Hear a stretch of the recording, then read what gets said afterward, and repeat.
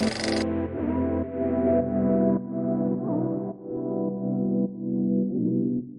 के एपिसोड में हमारे गेस्ट हैं कुणाल सेनानी, एक टैलेंटेड फिल्म एडिटर जो स्टोरी टेलिंग और इमोशंस को अपनी एडिटिंग के जरिए जीवित करते हैं। पिछले 7 सालों में उन्होंने कई इम्पैक्टफुल शॉर्ट फिल्म्स एडिट की हैं और उनका काम हमेशा एक नई कहानी सुनाना है। कुणाल ने कुछ साल पहले राजस्थान के एक चीफ मिनिस्टर कैंडिडेट के लिए भी एक पॉलिटिकल कैंपेन वीडियो पर भी काम किया था, जो एक यूनिक और क्रिएटिव चैलेंज था। लेकिन अब वो एक और भी मीनिंगफुल प्रोजेक्ट पर काम कर रहे हैं, मॉब लिंचिंग पर एक फिल्म, जो इस क्रिटिकल इशू को समझाने और समझने की कोशिश करेगी। तो चलिए फिल्म मेकिंग की इस इनक्रेडिबल जर्नी को एक्सप्लोर करते हैं यहीं लाइट्स कैमरा थ्रिल्स पर। Keep watching. So, as a filmmaker, I started in 2016. We made a film called Rukhsat. It was based on elderly care, and वो 50 घंटे का एक चैलेंज था हमारे लिए, जिसमें हमको 50 घंटे के अंदर एक सिनेमा मूवी बनानी थी। तो that I wrote, and that's how we started as a filmmaker. I wrote that film. सबने मिलकर डायरेक्ट करी, कोई ऐसा नहीं था कि डायरेक्टर एक था, और उसको फिर एडिट किया मैंने बाद में। So that's how I started as my journey as a filmmaker. तो वो एक फिल्म थी जिससे मैंने स्टार्ट किया था, और उसके अलावा उसके बाद फिर हम और फिल्में बनाते गए, शॉर्ट फिल्म बनाई, डॉक्यूमेंट्रीज बनाई, उसके अलावा वीडियोस बनाए। I made a video on periods where we were talking about the taboos in society about periods and menstruation. So that's how we started. And then उसके बाद अभी मैं एक फिल्म बना रहा हूँ साहिल करके, जिसकी अभी शूटिंग है 4 को जनवरी में शूट कर रहे हैं हम उसको। सो या पर जैसे अपन जर्नी की बात करते हैं, हर फिल्म मेकर की एक स्टोरी होती है कि मैंने बचपन में कुछ ऐसी चीजें हुई थी जिसके बाद मुझे रियलाइज हो यार मुझे ये ज्यादा पसंद है, मैं ऐसा अच्छा हूँ, मैं अच्छी हूँ। तो ऐसा कुछ हुआ था आपके साथ भी? यार मैं बचपन में ना मूवी बहुत देखता था। मेरे को याद है कि मेरे पापा मुझे हर संडे मूवी देखने ले जाते थे। तो और टीवी का भी बहुत बड़ा हमारा ऊपर इफेक्ट है, क्योंकि टीवी हम बहुत देखते थे, और उसमें कहीं ना कहीं मुझे ऐसा लगता था कि यार ये चीज जो है ना, ये मैं कर सकता हूँ। I use to think about this कि बिहाइंड द सीन क्या चल रहा है, मूवी के अंदर क्या चल रहा है, कैसे उन्होंने वो बनाया, कैसे उन्होंने वो मैजिक क्रिएट किया। सो मेरे अंदर वो एक क्रिटिक बैठा था अंदर में हमेशा से कि यार इस चीज को ऐसे कर सकते हैं, इस चीज को ऐसे कर सकते हैं, the film could be like this, this scene could be like this. तो वो एक मुझे लगा कि हाँ ठीक है, maybe I have some interest in films, क्योंकि मैं उसको जब देखता था तो मैं एक अलग पर्सपेक्टिव से देखता था। और बचपन में जब हम सिनेमा देखने जाते थे, हर संडे जाते थे मेरे पापा मुझे लेके, तो उससे मुझे लगता है कि कहीं ना कहीं एक फिल्म बनाने का जो मुझे स्टार्ट हुआ है, वो शायद वहीं से ही शुरुआत हुई है उसकी। और आसपास की चीजों को भी देखते हैं हम, थोड़ा ऑब्जर्व करते हैं। I have a very observant mind, तो मैं चीजों को देखता हूँ, समझता हूँ, आसपास के लोगों को बहुत अच्छे से ऑब्जर्व करता हूँ। तो मुझे लगता है कि शायद ये एक कैरेक्टर हो सकता है जो एक फिल्म में कैसा लगेगा, कैसा दिखेगा। तो इस तरीके का कुछ मेरा इंस्पिरेशन है आसपास के लोगों से, और जो कंटेंट मैंने देखा है मैं चाहता हूँ कि मैं भी वैसा ही कुछ बनाऊं, क्योंकि हमारे टाइम पे बहुत अच्छी फिल्म्स बनती थी। इफ यू रिमेम्बर, दूरदर्शन पे children film society of India की बहुत सारी मूवीज बनती थी, वो मैंने बहुत कंज्यूम की है, और उससे मैं बहुत इंस्पायर हुआ हूँ, क्योंकि the story itself is very inspiring for me to make a film. So अभी भी जब मैं मूवी बना रहा हूँ Sahil, it is also a true incident based movie. तो मैं बहुत इंस्पायर हुआ हूँ कि उस इंसान को लेकर, या उसकी जर्नी को लेकर, कि इसको अगर हम शोकेस करें to the world, how it will go. जी, तो मतलब झुकाव ज्यादा रियल इवेंट स्टोरीज पे आपका ज्यादा है, फिक्शन पे ज्यादा कम है, राइट? कोई पर्टिकुलर रीजन की रियल लाइफ स्टोरीज पे ज्यादा फोकस होता है? I think whenever I read books, I don't read fictions most of the time. I read biographies, I read non-fiction most of the time. So I think कि जो यथार्थ है वो यही है कि आसपास की चीजों से ही हम इंस्पायर होते हैं, रियल लाइफ इवेंट से। और मेरी तरफ झुकाव भी उस चीज का ही है कि मैं फिक्शन में इतना ज्यादा ड्वेल नहीं करता। आई बिलीव कि मेरे आसपास ही बहुत सारी स्टोरीज है, कहानियां बहुत सारी है। जब आप देखोगे अपने आसपास तो आपको बहुत सारे लोगों की जर्नी दिखेगी, बहुत सारे लोगों की इनसाइड स्टोरी पता चलेगी। तो वो मेरे लिए बहुत इंपॉर्टेंट फील करती है, क्योंकि even as a film maker I feel कि स्टोरी बाहर आनी चाहिए हर किसी की, और वो स्टोरी आसपास के लोगों की जो होती है वो ज्यादा इंस्पायरिंग होती है मेरे लिए। तो इस वजह से आई फील कि मैं रियल लाइफ इंसिडेंट पे ज्यादा मूवी बनाता हूँ। मेरी डॉक्यूमेंट्रीज भी ज्यादातर इसी के रिवॉल्व अराउंड होती है। पीरियड्स के ऊपर जब वो वीडियो बनाया था, जब हमने वो शॉर्ट वीडियो बनाया था, so it was also inspired by my event, because I never knew about periods, about menstruation. I didn't have any idea about that, how the cycle works, how the woman goes around it.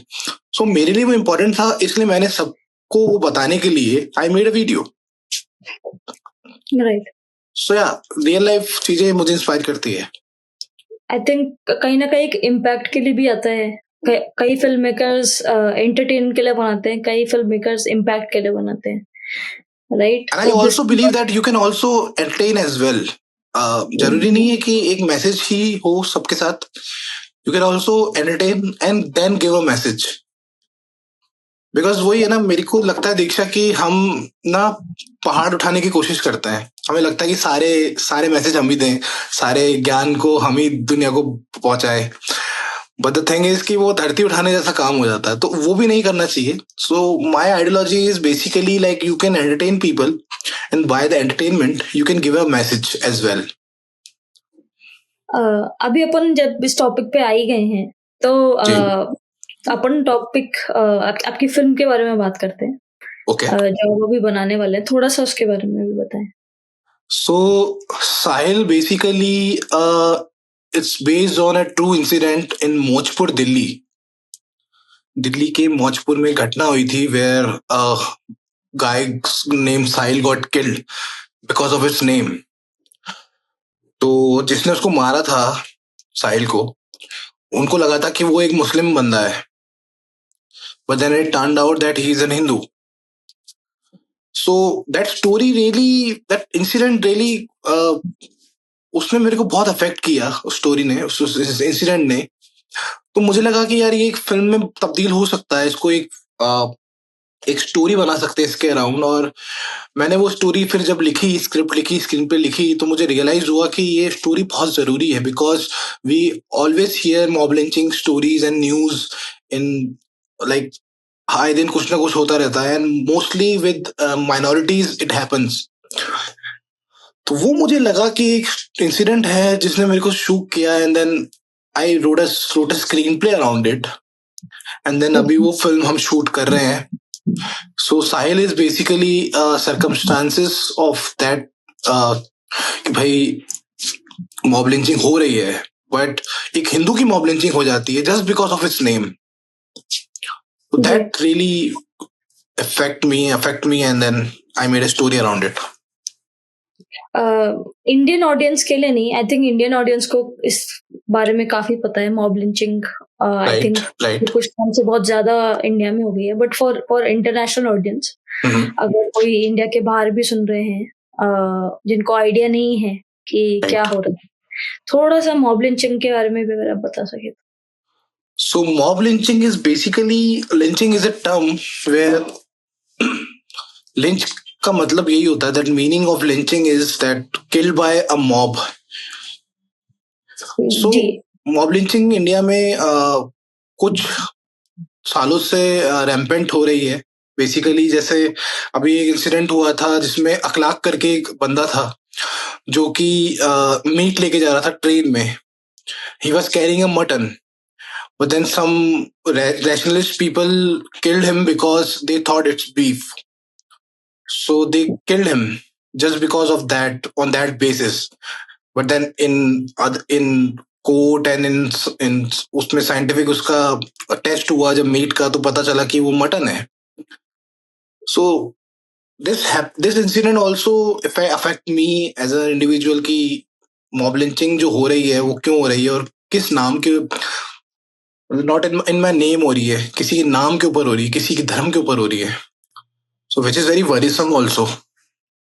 हाँ, और I think एक film से reflection भी है country के अंदर क्या हो रहा है उस पे। तो कहीं न एग्जैक्टली कहीं ऐसे टॉपिक पे बनाना ज़रूरी है फ़िल्म्स। जो सोसाइटी में होगा वही फिल्मों में आएगा मेरे ख्याल से।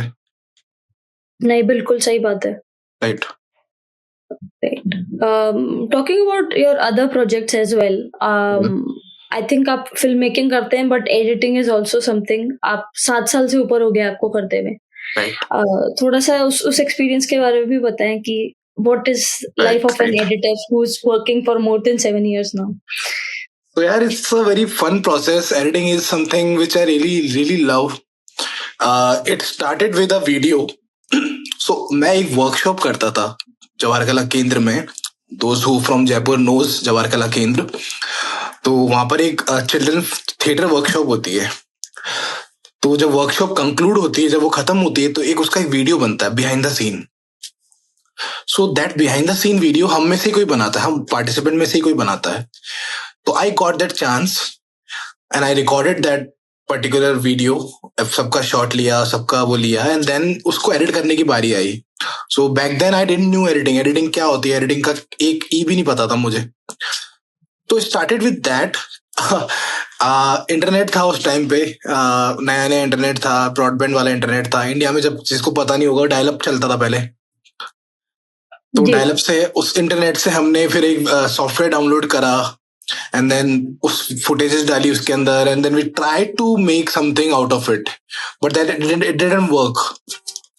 सो that's how I learn editing. Because एक तो वो वीडियो बनाना था हमको, तो एडिटिंग मुझे आती नहीं थी, but somehow through internet I just collected some software and there's here's and there information, and then वो एक वीडियो बना दिया हमने. तो वो प्रोसेस मुझे बहुत अच्छा लगा. वो एडिट मतलब शूट का एक अलग प्रोसेस होता है, but editing is also different process. It's like writing again. तो वो क्लिक किया मुझे, and then I started loving editing, and that's how I became editor. And then उसके बाद फिर मैंने कुछ गिग किए, कुछ लोगों को पता चला कि ये एडिट कर सकता है, तो they started coming with their project. They gave me that those project and I work with them. So that's how I started my journey as an video editor, as a film editor. And then मुझे अभी 7 साल तो हो गए हैं, और अभी मैं एडिटिंग ही कर रहा हूँ. मेरा मोस्टली जो फोटे है वो एडिटिंग ही है, वीडियो एडिटिंग है, फिल्म एडिटिंग ही है. So I'm really in love that process because I really believe that editing is also a part of writing. आप शूट करते हैं, शूट करने के बाद आप उसको एडिट करते हैं जब, तो एक तरीके से वो दोबारा लिखने जैसा हो गया है. क्योंकि आप स्क्रिप्ट पहले लिखते हैं, फिर आप उसको शूट करते हैं, फिर आप उसको दोबारा लिखते हैं एडिटिंग टेबल पे. So that process is in itself is very great and I really love that. I agree with you. मैं मोस्टली राइटिंग करती हूँ. Right. Editing is not something that I enjoy, but writing in itself is a job of patience. You have to It be is. very patient. Yeah. And I think same is true with editing. So you are right. Both are writers. The writer, whatever writer intended शुरू में, बहुत drastically बदल सकता है अगर editor उस तरह की editing उसको ना दे. Exactly. Right. तो And it's a very important aspect of filmmaking because mostly हम filmmakers को जानते हैं, हम writers को जानते हैं, but nobody knows editor. Munna भाई किसने बनाई, 3 Idiot किसने बनाई, we all know, but उसके पीछे एडिट किसने किया, we don't know. So, but it is very important also. और underrated Underrated job है, exactly. Yeah. और सबसे टाइम कंज्यूमिंग है. आई थिंक जितने Yes. टेक्स और कट्स एडिटर्स के पास होते हैं, Right. Like choosing the right shot, किस शॉट को, आई थिंक डायरेक्टर्स हेल्प करते हैं इस मामले में. आपका क्या एक्सपीरियंस रहा है? और डायरेक्टर्स और सिनेमाटोग्राफर्स के साथ आपने काम किया होगा, Yeah, एडिटर्स. right. तो हर एडिटर का अपना एक डिमांड आता है कि मेरे Right. को ऐसा ही चाहिए. कोई कंट्रोलिंग होते हैं, कोई थोड़ा इजी गोइंग होते हैं. आपका क्या एक्सपीरियंस रहा है कि कोई चैलेंज हुआ हो या कोई बहुत अच्छा प्रोजेक्ट गया हो because of this collaboration? So, I'm a firm believer कि जो फिल्म है वो एक डायरेक्टर का विजन है, and we have to stick to it. तो मेरा जो प्रोसेस है इन एडिटिंग इज लाइक कि स्टिक टू द स्क्रिप्ट. जो स्क्रिप्ट है उसके बेस पे आप एडिट करें, but we can also improvise while making it, while editing it. So I remember we made a film called Ouroboros. We don't have that. It rain in festival as well. तो वो एक film हमने बनाई थी and that we made it in 36 hours एंड उसकी जो editing हुई थी वो भी कुछ 2 दिन के अंदर हुई थी. तो उस प्रोसेस में मैंने देखा कि स्क्रिप्ट कितनी इंपॉर्टेंट होती है. If you have to stick to the script you have to, because वो डायरेक्टर का विजन होता है, वो डायरेक्टर और राइटर का विजन होता है. तो मेरा जो प्रोसेस है वो ये है कि अगर डायरेक्टर को कुछ अच्छा नहीं लग रहा so we have to cut it out, but then film is a collaborative effort. तो आप एडिटर भी अपना एक इनपुट देते हैं और अगर कोई चीज अच्छी नहीं लग रही तो उसको निकालना होता है, उसको चेंज करना होता है. तो it's a both win win process. दोनों में आपको करना पड़ता है कि आपको थोड़ा बहुत राइटर और एडिटर और डायरेक्टर के साथ विजन में इंक्लूड होना पड़ता है और कुछ आप एडिटर के भी इनपुट्स होते हैं. तो it's a mix of both world I guess. I think, yeah, you're right. मेरे को पर्सनली मेरा भी ऐसा एक्सपीरियंस रहा है कि मैं usually I ask my editor कि तुम्हारा क्या ओपिनियन है. Exactly. And sometimes I have also like been in a situation जहाँ मैंने एडिटर को स्क्रिप्ट दी नहीं. मैंने कहा कि तुम शॉर्ट देख के देखो तुमको क्या लगता है. बहुत फ्रस्ट्रेटिंग हो सकता है शायद एक एडिटर के लिए, but sometimes it has worked very nicely. Of course उसके बाद कट्स ज्यादा होते हैं पर एक अलग ही विजन आता है कि एग्जैक्टली तुमको क्या लगता है इससे. पर talking about the kind of work you do, like of course the next film is Sahil, and it is real life but also like a suspense thriller, because of course now that you have said what happens in it, but still it's going to be more suspenseful. How do you balance the storytelling aspect but also the emotional aspects as an editor and also as a filmmaker? ये कैसे काम करेगा कि आप emotions पे भी focus करें, because of course we want to send the message through कि नहीं करना चाहिए ऐसा, और उसका एक इंडिविजुअल पे बहुत इफेक्ट पड़ता है. पर story telling is also like there technicalities are also going to be there. तो वो कैसे बैलेंस करते हैं? आई थिंक जब आप फिल्म लिखते हैं तो उसके अंदर ये भी आप इंक्लूड करते हैं कि क्या एक्टर कर रहा है, एक्टर क्या दिखा रहा है, एक्टर क्या कर रहा है और उस सीन में क्या चल रहा है. So when you write script तो उसमें भी वो आप इंक्लूड करते हैं that you know mother is sitting and then his child comes sit on his lap and cries. तो वो जो लाइन होती है वो इटसेल्फ आपको एक इमोशन दिखाती है कि वो इमोशन क्या है. और उसके अलावा फिर एक्टर अपना इम्प्रोवाइज करता है, एक्टर अपना इनपुट देता है, and then you know music comes in part and then sound also comes and then you create a balance of everything where emotions strikes. For example, in Sahil, Sahil is a very linear story, but in writing in the script it's not linear. We are jumbling the scenes. Also, I believe there are two elements which I feel are very, very important. It's the sound and the editing and the music. So these three also makes a scene very emotional or also strikes the emotions of people. So I believe that. तो मेरे लिए बहुत important है कि music बहुत अच्छा हो, sound बहुत अच्छा हो और सीन बहुत अच्छे से एडिट हो रखा हो, तो इमोशंस अपने आप स्ट्राइक होते हैं उसके अंदर. बिकॉज स्टोरी अपने आप में आपको वो नहीं देती, बट हाँ आपको कुछ एलिमेंट्स डालने पड़ते हैं सिनेमा में जो कि उस चीज को बहुत इमोशनल और इस चीज को बहुत स्ट्राइकिंग बनाते हैं. ये तो अपन लोग आउटपुट की बात कर रहे हैं, पर प्रोसेस कैसा चल रहा है? अब ये अपन लोग जब शुरू में बात कर रहे थे तो आपने बताया था कि डिफिकल्ट है ऐसे प्रोजेक्ट्स में लोगों को अग्री करना कि वो कास्ट कर सके, मतलब एक्ट कर सके. Exactly. वो एक्सपीरियंस कैसा था, कास्टिंग का experience? So casting experience was very hard यार. एक्चुअली मैं खुल के बताना चाहता हूँ ये बात कि कास्टिंग में बहुत दिक्कत आई. because if you read the script, if you read the story, so it tells you that it's a very communal movie. It's a very इसमें बहुत हिंदू मुस्लिम है एलिमेंट है, हालांकि ऐसा नहीं है. तो कास्टिंग में बहुत मुश्किल आई. कुछ एक्टर्स ने हमको मना भी किया, कुछ एक्टर्स ने हमको साफ बोला कि I can't do this and we can't do this communal movie, there is an element of communalism in it. So, but there are people, I really admire those people who came into this project and are working with me right now. They are working with us. So वो मुझे लगता है कि थोड़ा सा hard रहा इस story को लेकर. Otherwise casting process is something which I think start from script. आप स्क्रिप्ट में ही सोच लेते हैं.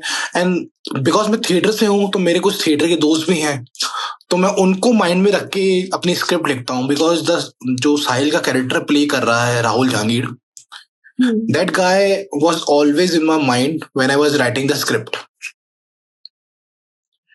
So that's how I feel कि थोड़ा सा कास्टिंग, और आजकल कास्टिंग डायरेक्टर्स अलग से आ गए हैं सिनेमा में. बिकॉज पहले ये काम असिस्टेंट ही करते थे, फिर डायरेक्टर के असिस्टेंट ही कास्टिंग करते थे. Right now it's a separate entity. आप कास्टिंग डायरेक्टर होता है, कास्टिंग एजेंट्स होते हैं, और वो सभी करते हैं. But as a indie film maker, it's very hard for us to source actors, and ऐसी स्टोरी जो थोड़ी सी कम्युनल है, in a which leans to a communal thing, so थोड़ा सा कास्ट करना मुश्किल हो जाता है. But I admire people who came into this project and then they are working with us right now. Yes, थोड़ा सा कंट्रोवर्शियल क्वेश्चन है मेरे पास, अगर आप कंफर्टेबल हो तो आंसर करना. पर अगर अपन कोई ऐसी फिल्म पे काम करते हैं जो कम्युनिटीज को इन्वॉल्व करती है, जो कि काफी एक हॉट टॉपिक है इंडिया में, आपको क्या लगता है, क्या ऐसी फिल्म मेकर्स के लिए सेफ है बनाना ऐसी फिल्म्स को? यार जो अभी माहौल चल रहा है उस हिसाब से तो बहुत डर का माहौल है देखा जाए तो. बट देन वो स्टोरी जरूरी है बाहर आना, मुझे ऐसा लगता है. So it is not that safe, but we have to tell our stories. और ठीक है, थोड़ा सा माहौल जिस तरीके से हम 8 साल से देख रहे हैं, from 2014, थोड़ा सा डर का माहौल तो है. बट देन स्टोरीज की नीड बहुत जरूरी है, क्योंकि स्टोरीज बाहर आनी चाहिए, मुझे ऐसा लगता है. बिल्कुल. और एक फिल्म मेकर अगर डर के बैठेगा तो आई डोंट थिंक सो फिल्म बनेगी उससे. आई थिंक एक इंडियन फिल्म मेकर्स के लिए कंपोनेंट है जो हमारी प्रोफाइल में होता है, उसको कहते हैं करेज. अगर आप में करेज नहीं है तो आप इंडिया में फिल्म नहीं बना सकते. मुझे अभी भी ध्यान है पद्मावत रिलीज हुई थी. Exactly. और जो भी इंसिडेंट हुआ था संजय लीला बंसाली के साथ, उसके बाद और डर का माहौल हो गया था यंग फिल्म मेकर्स के लिए भी कि अगर इतने बड़े डायरेक्टर के साथ ऐसा इंसिडेंट हो सकता है तो क्या हम लोगों को रिस्क उठाना चाहिए कि हम कोई हिस्ट्री में ऐसे टॉपिक्स उठाएं और उन पर फिल्म बनाएं. तो courage is required. I think we should learn from Iranian filmmakers because Iran में जो लॉज हैं, stringent लॉज हैं, अगर उसके बाद भी अगर लोग फिल्म मेकर्स अपनी फिल्म बनाते हैं तो हम तो फिर भी इंडिया में इट्स डेमोक्रेटिक कंट्री. आपको आजादी है अपनी बात कहने की. आर्टिकल 14 में ये बात कही गई है, आर्टिकल 21 में ये बात कही गई है कि आप अपनी बात को कहना चाहते हैं तो आप खुल के कह सकते हैं. It's liberty for you. तो जब ईरान में फिल्म बन सकती है तो इंडिया में तो बहुत इजीली फिल्म बन सकती है, तो मुझे ऐसा लगता है.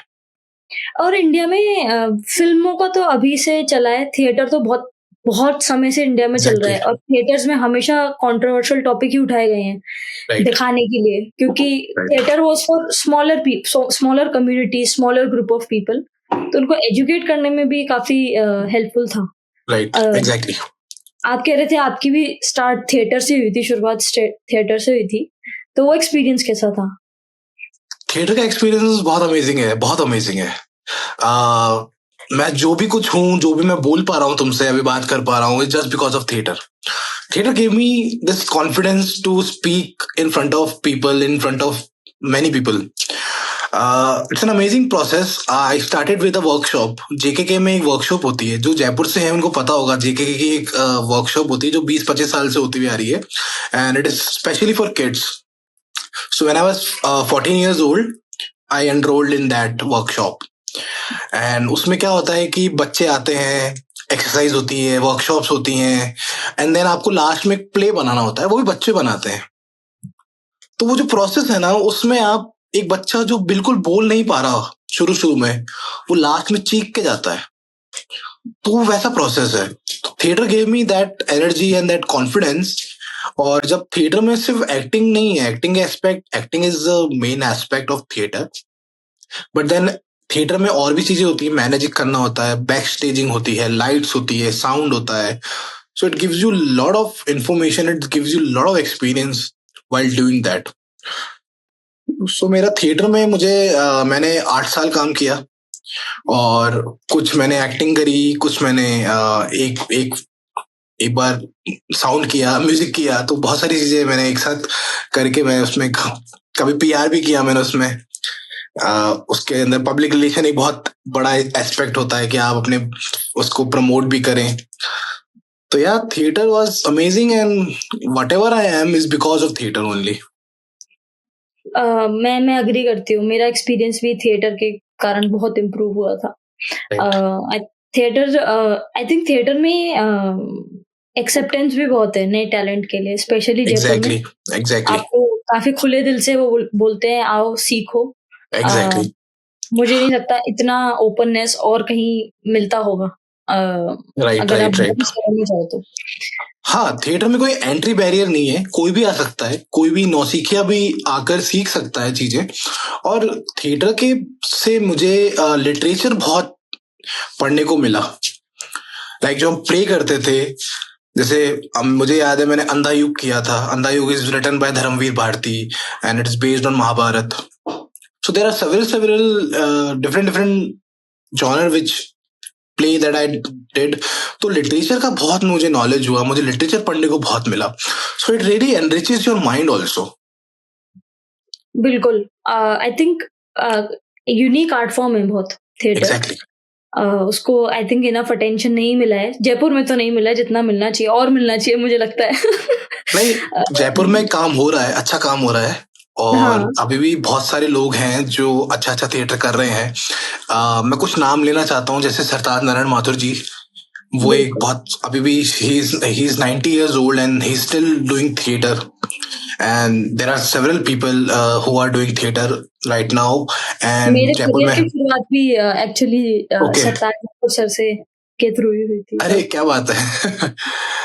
So we are in the same school, we are from the same school. Yeah. Yes, I think a lot of great talent has been through his बहुत लोग निकले हैं, बहुत लोग बहुत निकले हैं लोग उनके हैं थ्रू। और बहुत अच्छा कर रहे हैं अब अपने करियर में। Yeah. इसीलिए मुझे लगता है कि और अटेंशन मिलना चाहिए, नहीं मिल रहा है। We should definitely have more. Yeah, right.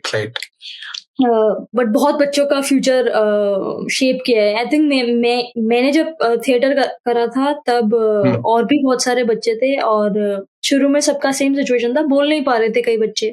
कई बच्चे शाय थे पर टैलेंटेड थे। 3 months के बाद अलग ही लोग नजर आ रहे थे। समझ ही नहीं आया कि इतना कॉन्फिडेंस कैसे लाया उन्होंने बच्चों में, पता नहीं, बट बर्थ इट था। तो exactly theater really changes you. Talking about Jaipur, आपने एक पॉलिटिकल पार्टी के लिए भी, पॉलिटिकल लीडर के लिए भी कुछ काम किया था। Right. वो एक्सपीरियंस कैसा था और क्या काम किया था आपने? So I was hired through an agency where we were doing an election campaign for Rajasthan election, assembly election, and he was the chief minister candidate.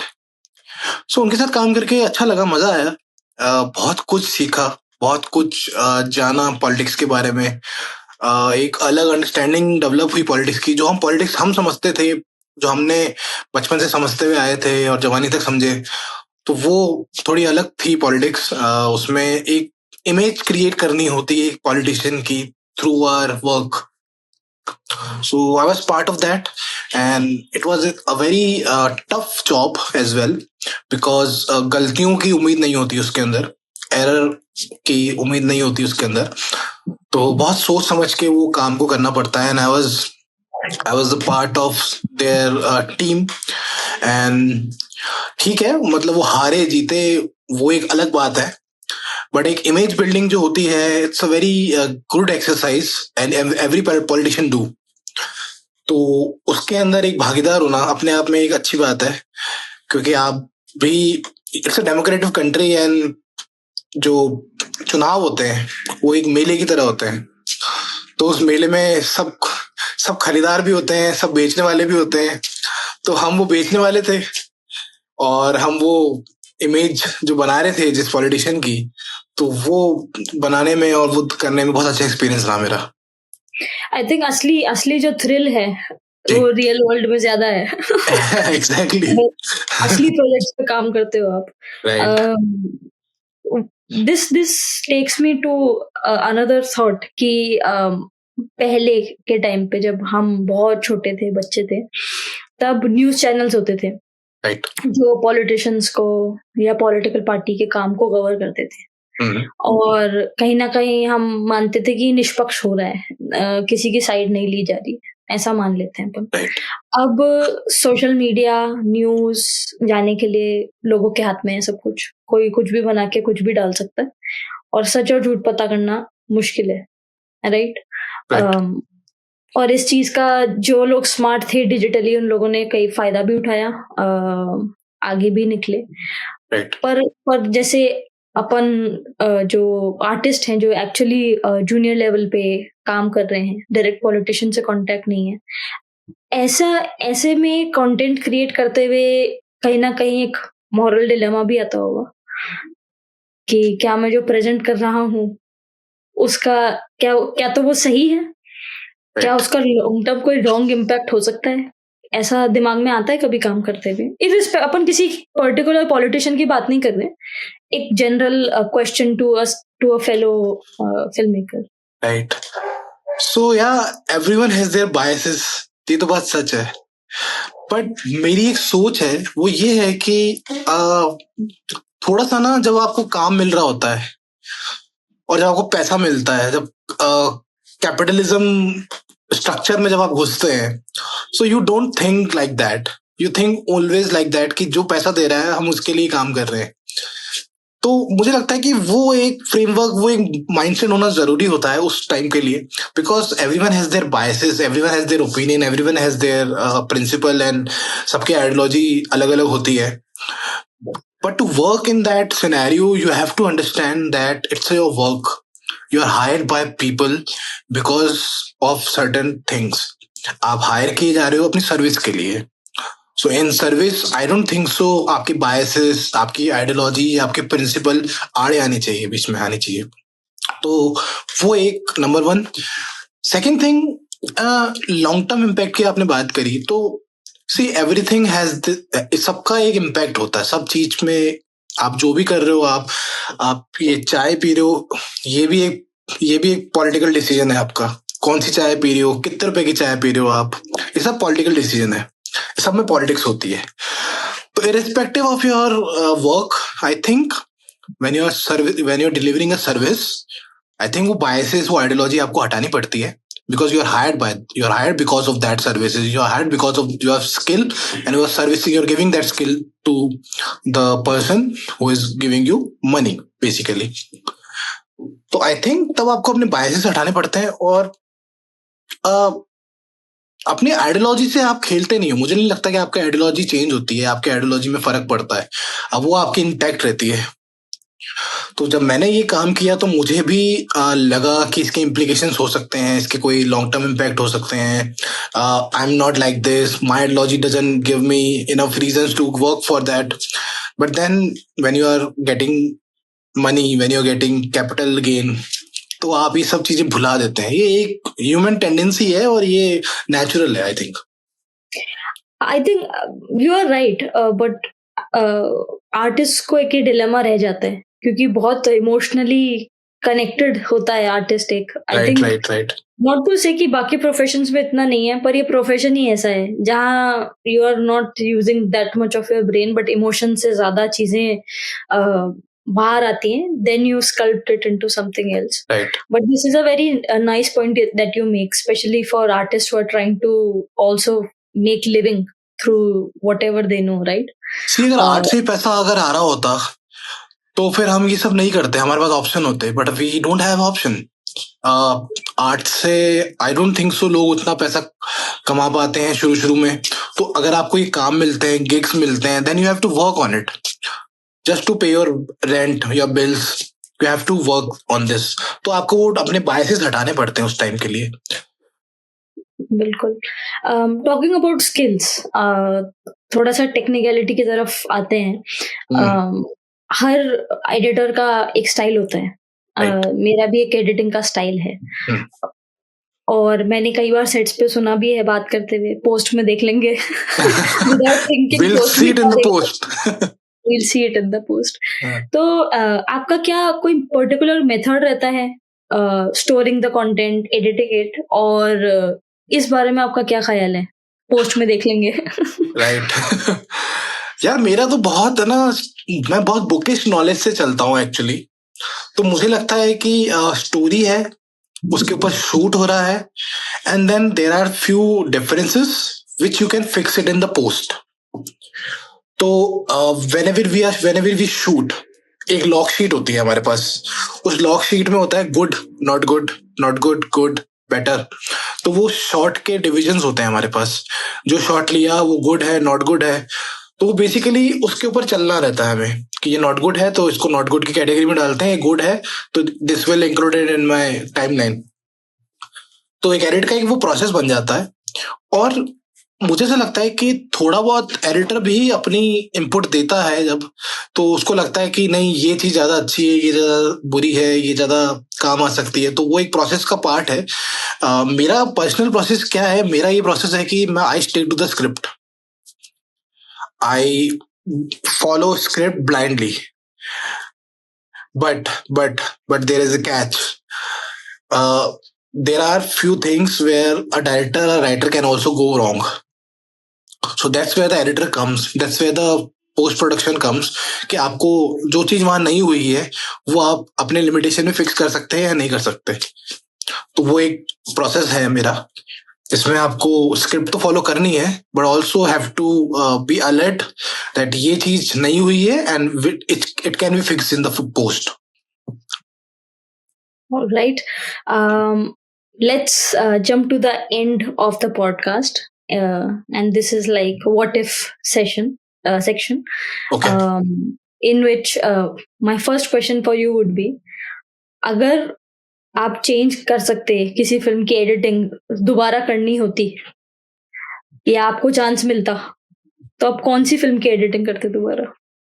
यार आई थिंक मैं दिल्ली 6 की जो एंडिंग है वो फिक्स करता, क्योंकि आई लाइक हैप्पी एंडिंग्स।